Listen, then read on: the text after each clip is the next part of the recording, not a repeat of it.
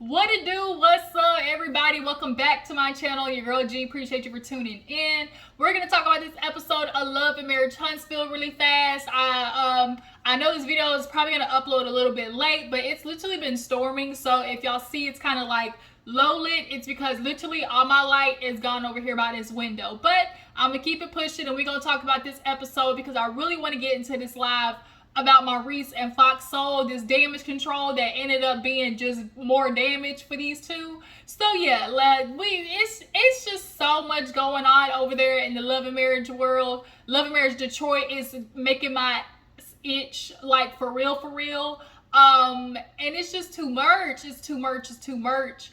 But yeah, you guys, let's go ahead and get into the episode. If you're new to my channel, appreciate you for tuning in, and everybody else, you already know what to do. Everybody that's a part of the Juice Box crew, like, tag, subscribe, all that good stuff. Drop it down in the comments. Let me know that you stopped by. Okay, really helps your girl out, and I'm trying to reach this 3K. We right around the corner from 3K, y'all. We like 30 subscribers away. So let's keep it pushing, all right? So yeah, you guys. So let's open up, talk about the opening of the episode, which was Kiuwha and Kimmi. Somehow Maurice, Mr. Miyagi Kimmi into sitting down with Kiuwha. I hate that they had this conversation because it's like, it's what Maurice wanted. He's trying to manipulate the situation in hopes that Kiuwha and Kimmi keep fighting with each other. So they're to blame for why Monster doesn't turn out to be the man that he's expecting him to be. The man from a boy to a man, because it's a man's job, remember, to raise a son. A man can't, a woman can't raise a man. We're really, on this kind of like hamster wheel of men talking about, a woman can't raise a man. But y'all will never be nowhere around. Like when it comes time to raise these kids. It really be so, and kids need their father. But where do y'all be at? So Kimmi, back to it. Kimmi is Kimmi sis, my good sis Kimmi. I love you, Kimmi. Like, you have no idea how much I love you, good sis. But sir, you looking at Kiuwha talking about, oh well, I just feel like, it's kind of a lack of integrity when you see that everybody's calling me, a side chick or ruined your marriage or whatever. And, I was just expecting you to come forth and say something. Because it's just totally not true. Like, I never was the reason that you guys broke up. And see, I think Kimmi's so focused on pointing out the thing of like, oh, I'm not the reason you guys broke up. Maybe not. They were already going through the divorce process before you got there. That's understood. At least for me, I feel like I understand that the divorce process was already underway. But that kind of don't matter if Maurice and Kiuwha are still talking to each other in hopes of, reconciling with each other. And that's just kind of what it sounds like. From Kiuwha's perspective, Maurice might have been telling her, hey, let's fix this thing. But on the back end, going to see you when he get done talking to her, talking about, nah, I'm just waiting for the paper to clear, And I kind of feel like that's what happened. And Miss Kimmi, you might not have knowingly or, by proxy was a side chick. And I know you don't want that title because nobody wants to be the coleslaw in the equation. Shout out to Curry. Where Curry, she over there, she just looking dumber and dumber, I tell you. But nonetheless, Kimmi good sis. Like, you're looking for Kiuwha to do something that is very clear was Maurice's job.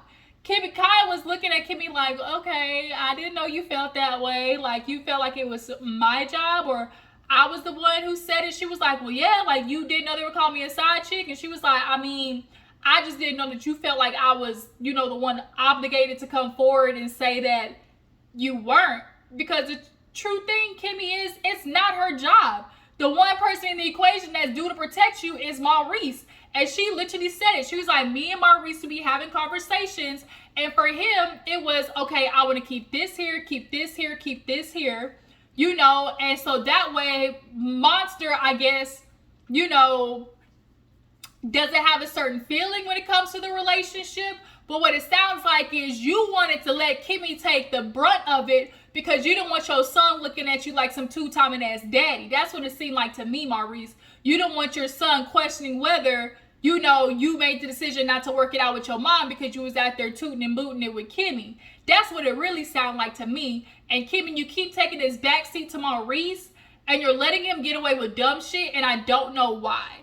Because at the end of the day, just like it should be important, okay, you want to protect Monster and Kiuwha in this situation, but Maurice is married to you, so he's also due to protect you. Why was it so hard for Maurice every time people were talking about, oh, you know, Kimmi this, Kimmi this, Kimmi this? Why did Maurice ever come forward and say, stop talking about my wife that way? Y'all don't know the story. Y'all don't know the ins and outs. She wasn't no side chick. Why did Maurice come forward and say that, Kimmi? You're conflating who's responsible to protect you and who's due to say, you know, you weren't the side chick. And I feel like because Kimmi knows Maurice isn't going to do it, she's looking for Kiuwha to appease it.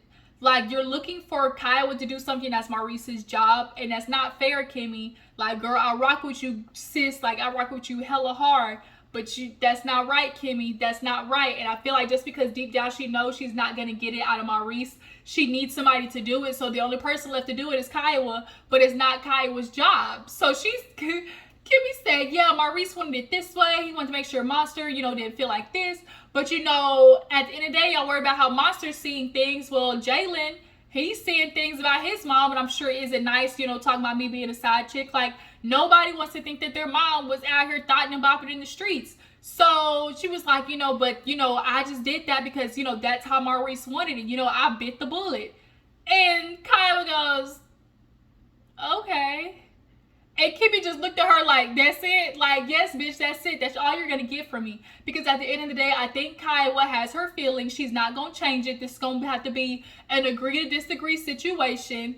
And I think it already was like that before they sat down and had this conversation. You could tell both Kimmi and Kiuwha understood we're not going to agree on this issue most likely. But for the sake of Monster, we are going to just let it go. But Maurice, once again, finagled them having to talk to each other. And it's just pointless. She's married, y'all married, what the are we fighting for? So Kiuwha said, okay. And she was like, look, you know, there's one thing that I've gotten out of this was, you know, growth. And, you know, you know, for the record, you know, I never said Kimmi was a side chick. And Kimmi in the confessional was like, it definitely was a I'm sorry if I offended you apology. But she's like, I know that's about as good as it's going to get. And so from this point on going forward, like, it's just going to have to be deaded. But at the end of the day, Kimmi, you're looking for something from Kiuwha. That's Maurice's job. Y'all drop down in the comments. Do y'all agree with what I'm saying? Like, it's unfair for Kimmi to be wanting, like, Kiuwha to dethrone the idea that she was the side chick. I'm really feeling like that's kind of Maurice's job. Like, why is your man not standing up for you once again? But we clearly see that he has a problem doing that. So in the next scene, Mel and Stormi, they get together. And, you know, Stormi's basically like, you know, Mel, she just avoids tough conversations. I haven't talked to her, yada, yada. So, you know, I want to sit down and see what's going on. So Mel comes in. Mel's coming to these scenes like it is, I'm clocking in, clocking out. I'm clocking in, clocking out. So time to clock in. Okay, Stormi's like, you know, Mel, I'm not going to lie. You know, I haven't seen you. And it just kind of feels like sometimes, you know, you like to avoid the issue instead of like going through it. And Mel is like, well, shit, if I was like that, I wouldn't have called the tea party and I wouldn't be here today. And I said, well, touche. Like, touche. But she was like, you know, at the tea party, we had hard conversations and, you know, your mom, I let her voice her opinion. And Stormi's like, well, about that, like, how do you feel about that? And she's like, well, that's what I was getting ready to get to. She's like, you know, Mel straight up asked, like, did you know that's how your mom felt about me before we became friends? And Stormi basically was like, well, I know that's how she felt about you, like, the show Melody, you, like, who she saw in the show, like, she had her opinions about, but not, like, you know, you as a person that she knew or, you know, that I was friends with or whatever. And so, even so, Stormi, like, this excuse of I can't control what my mama say, like, that Tisha bullshit that we don't want to hear. Like, yeah, your mama grown and you her child, but at some point you can look at your mama and say, you wildin'. Like, your mama is out here wildin'. She's a bitter old Betty. She's literally that just like old ass bitter grandma that got some healing to do. Take her ass to therapy. You got all that money. Take her ass to therapy. Go hire Miss Iyanla Van Zandt or Dr. Francis, somebody, because your mama is a problem, bro. Is a problem. And Stormi's like, you know, she's always been that way. You know, she never liked any of my friends. You know, she didn't never like my coworkers, or she didn't even like my husband when she first met him. It's giving real, you're the only child and you're the only thing that I can have and control and, you know, manipulate the way I want them to, and I want to have you all to myself. I don't want nobody else to have the ability to, you know, control you in a way that I control you. Like, it's very weird. Like, very weird. Like, you didn't have no friends growing up. She said, like, I literally didn't have no friends. My mom chased them all away. Like, you don't think that's kind of weird, Stormi? But I just don't believe this excuse of, oh, I can't control what she said. And Mel's like, look, I already had to deal with the mama shenanigans with Wanda. That turned into a whole, y'all know, shenanigan. Look, if you're going to shenan again. And that whole situation with Wanda and Tisha, like, I can understand why Mel's like, I'm going back out of this. But also, Mel, that's what you need to say from the get-go. Like, Stormi was, when she confronted you, was like, is there an issue? And Mel's like, no, there's not no issue. Like, Mel does that shit that is kind of low-key passive-aggressive, where it's like, okay, you want somebody to not be offended that, okay, like, okay, yeah, we know sometimes you just kind of like check out, and that's cool. And like Stormi said, I just didn't know you was going to check out on me. Like, you didn't even give me your number, so that obviously you feel like I'm not a friend to you. So, like, Mel she wasn't being honest and upfront for the reason why she started, you know, pulling back from Stormi. Like, when Stormi confronted you in the beginning of the season, that's what should have been said. Not this, no, girl, we good. I didn't have no problem. Like, F that, Melody. Like, stop that. Like, Melody ain't innocent by any means all the time in these situations. Like, most of the time when it comes to Martell, you know, Melody be, you know, we can rock with Melody, but sometimes Melody also be on that bull. Like, just say, like, girl, your mama is the reason why I'm backing back. And Stormi, I know you want to say it was before your mama that she was already withdrawn, but not from what I recall. Like, I get it. Like, your mama is too much. And like Melody said, I don't want to have to deal with, oh, well, I'm going to hang out with Melody and she's hitting you with the, oh, you know, that chick this and that chick that, you know, oh, you know, better watch her. Like, don't nobody want to deal with that shit. She already going through too much, like she said, mentally and emotionally with Martell's ass, literally trying to take her kids and ask her to pay for his legal fees. Bitch, I ain't got no time and energy for your mama on top of that. So moving on. What happened next? Oh, Maurice, y'all. I don't know who's worse, Marsau or Maurice. I really don't know who's worse. I really do not know who's worse. It's the same gas nigga in a different package. Like, y'all literally be the same niggas just wrapped in a different gift wrap, essentially. So Maurice, I guess, decides he want to clock in as a dad finally and go take Monster to go play a little bit of basketball. From what we see, Monster, I say, you got little hops. I said, okay, Monster. How are you a barber and your son hair look like that? I'm sorry, y'all, but Monster hair, what the is that? Like, go do shape it up something. Like, ain't no reason why your son out here looking nappy headed like that. His head look dry, ain't got no grease in it, just lint balls in it, everything, just no. But yeah, no, Maurice, he playing with him and everything, and after they start talking, and, you know, he's like, oh, well, you know, I've been, you know, after our conversation the other day, like, how you feeling about it? And he was like, yeah, it's cool. You know, it was needed, but I just get tired. He's like, tired of what? He's like, just hearing the same thing all the time.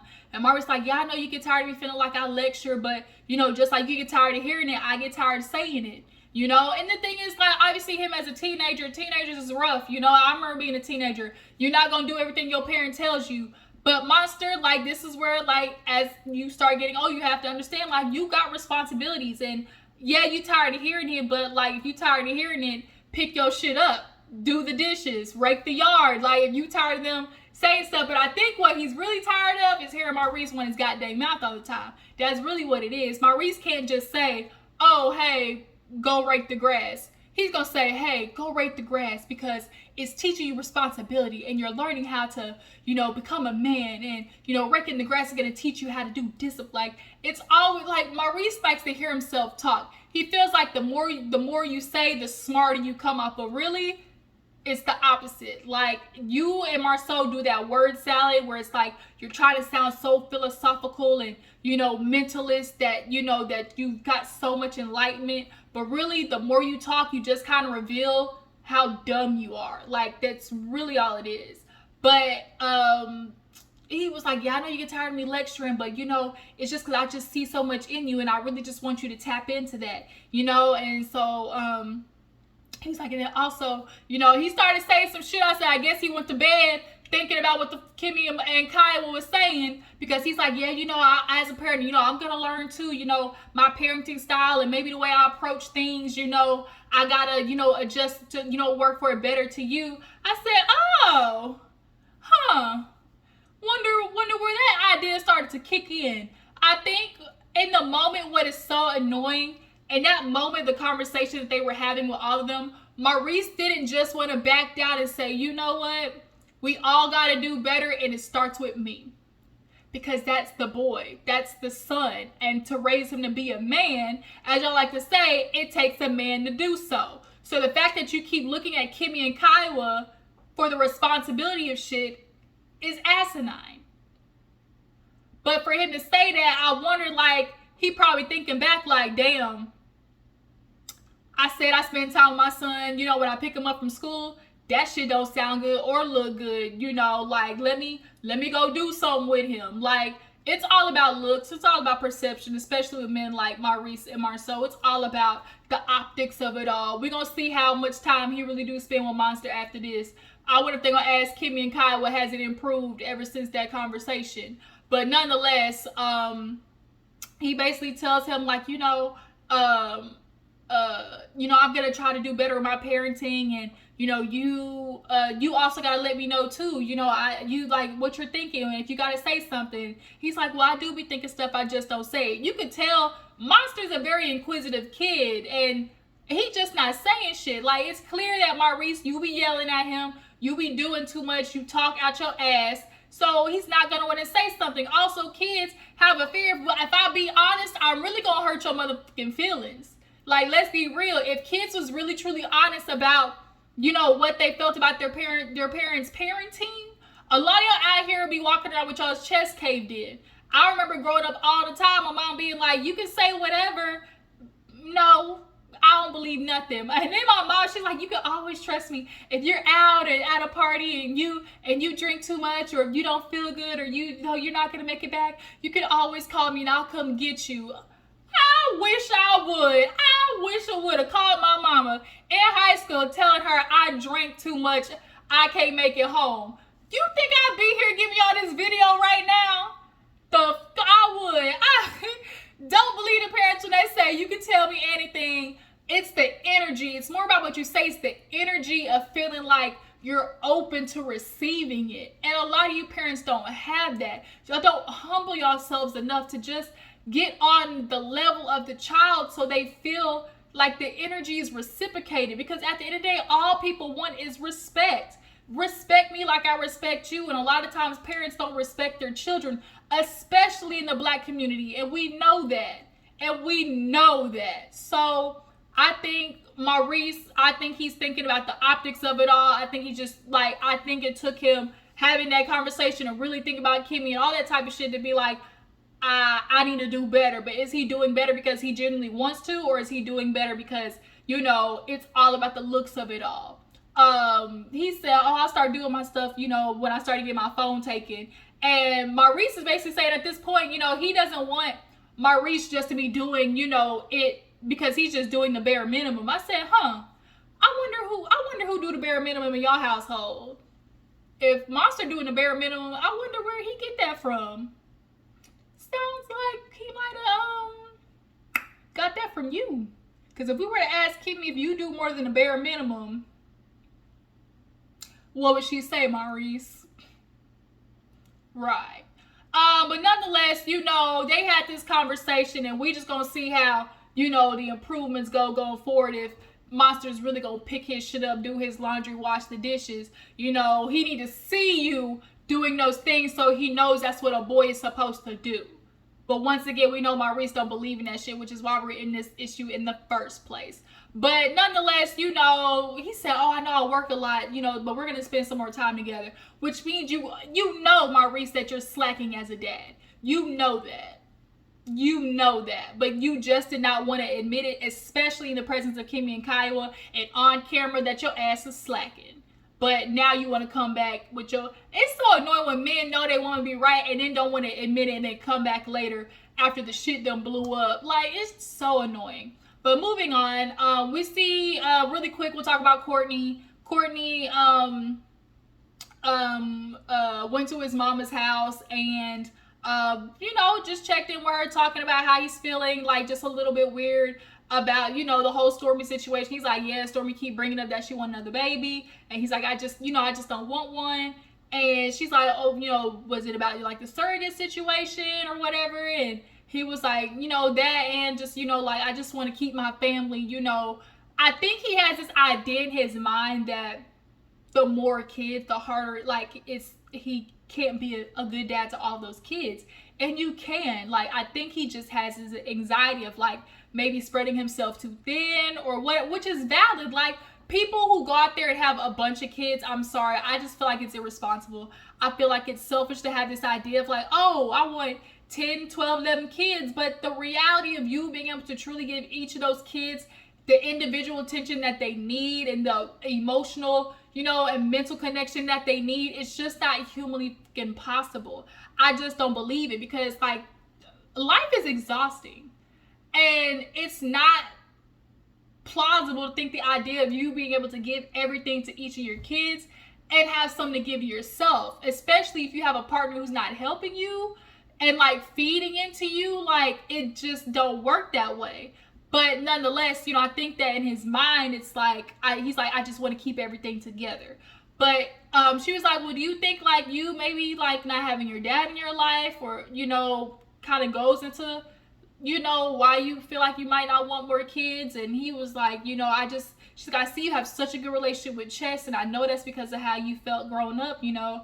And he started tearing up, and I'm not gonna lie, y'all, I got kind of like, I was emotional. Like, I had a heart moment with that, because, like, look at this big ass man crying on TV for his dad. Like, he's like, you know, I grew up, you know, watching other kids playing basketball with their dad, you know, watching them teach him how to dribble, and I had to learn I didn't have nobody tell me how to tie my own tie and things like that. That really, like, hit me. And it's just constantly always thinking about, on this podcast, all y'all say is, kids need men, kids need me, kids need fathers, kids need fathers. But when it's time for y'all to step up, like, where the do y'all be at? He said his father died, and that it was before he had time to, like, I guess, tell him how he was feeling, or, like, I don't know when his dad, like, if his dad died, like, when it happened or whatever, but it's obvious that he wasn't the best. And that's why he wants to have such a close relationship with Chess, which is definitely, you know, commendable. But overall, you know, the mama, I loved how the mama talked to him, and she gave good advice. Like, yeah, you may feel this way, but, like, you can't keep ignoring Stormi. Like, she has her feelings too. It's like, don't do what a man do and just keep trying to push it off. You know, actually talk to your wife, because, like, just like you have feelings, she has them too. So I feel like that was just a really good scene. I enjoy Courtney's scenes. Like, I really do. He's very soft-natured. Like, I just really with Courtney, and that little orange ginger beard is just a little cute too. Like, in his eyes, like, girl, like, Courtney and Stormi to me is life. So the comeback group / Blaque Expo, Keisha, it's Expo. Say it with me now. X. It's the X. You struggling with that, girl. Expo, okay? Not Esspo. Is she pronouncing it ESSPO? The Blaque Business Expo. Like, girl, I can't. But they all get together, show up, and, you know, they're looking at this space, you know, trying to figure out, you know, obviously, are we all coming together? And she, you know, explains to them why Mel, you know, ain't doing it. She's like, you know, I talked to Mel, and she's just kind of like, you know, obviously, there's been a lot that went on with this group. Like, we all literally weren't even talking just, you know, 2-3 months ago. And, you know, the things that she's dealing with, like, and, you know, having to come and, you know, see, you know, in a space with Martell, like, she feels like it's just not healthy for her at the moment. And of course Martell wants to take it as, oh, well, you know, I'm just so disappointed in Melly that she can't put her stuff aside. You know, like, I can put it aside, like, if we can do something for the community. And it's like, man, truth be told, the community, like, the community is gonna understand because the community gonna be behind me, not want to be around your old dirty dick ass, Martell. Like, I really feel like I'm just flabbergasted that all of y'all are looking at Melody kind of like in awe that she don't want to be around Martell. Now, it's not the sole reason, and Tisha kept reiterating to Martell, you're not the sole reason. He's like, no, it's me. You know, she just need to be able to, you know, I just really wish, you know, we just keep things separate. She need to be able to come here and be around me, and you know, the things that's with the courts and the kids, like, let that be separate. And I don't think everybody knew that. Like, and Tisha didn't either, because Tisha's like, well, she didn't go into detail. So they weren't aware. It seems like, did it seem like it to y'all that they were aware, you know, that they were in court and like the kids in situation like that? Like, I don't think they were aware. But even before, like, if they weren't even having this custody battle, like, all the shit that this man did to her, and y'all are like asking her to be around him, like, it's just, y'all just lack a certain empathy for Melody, and I do not understand why. Well, I know why. Like, Tisha, she got, like, y'all, in general, and then the men, they always go look at Melody like, bitch, how dare you? Like, how dare you leave your husband even though he cheated on you for half the relationship, half the marriage, and had multiple babies on you. Ariel might not have had all the babies, but that nigga had multiple babies on Melody. Okay, but she went to the TCBY. Shout out to Rodney. Okay, like, you know, he had some babies on Melody.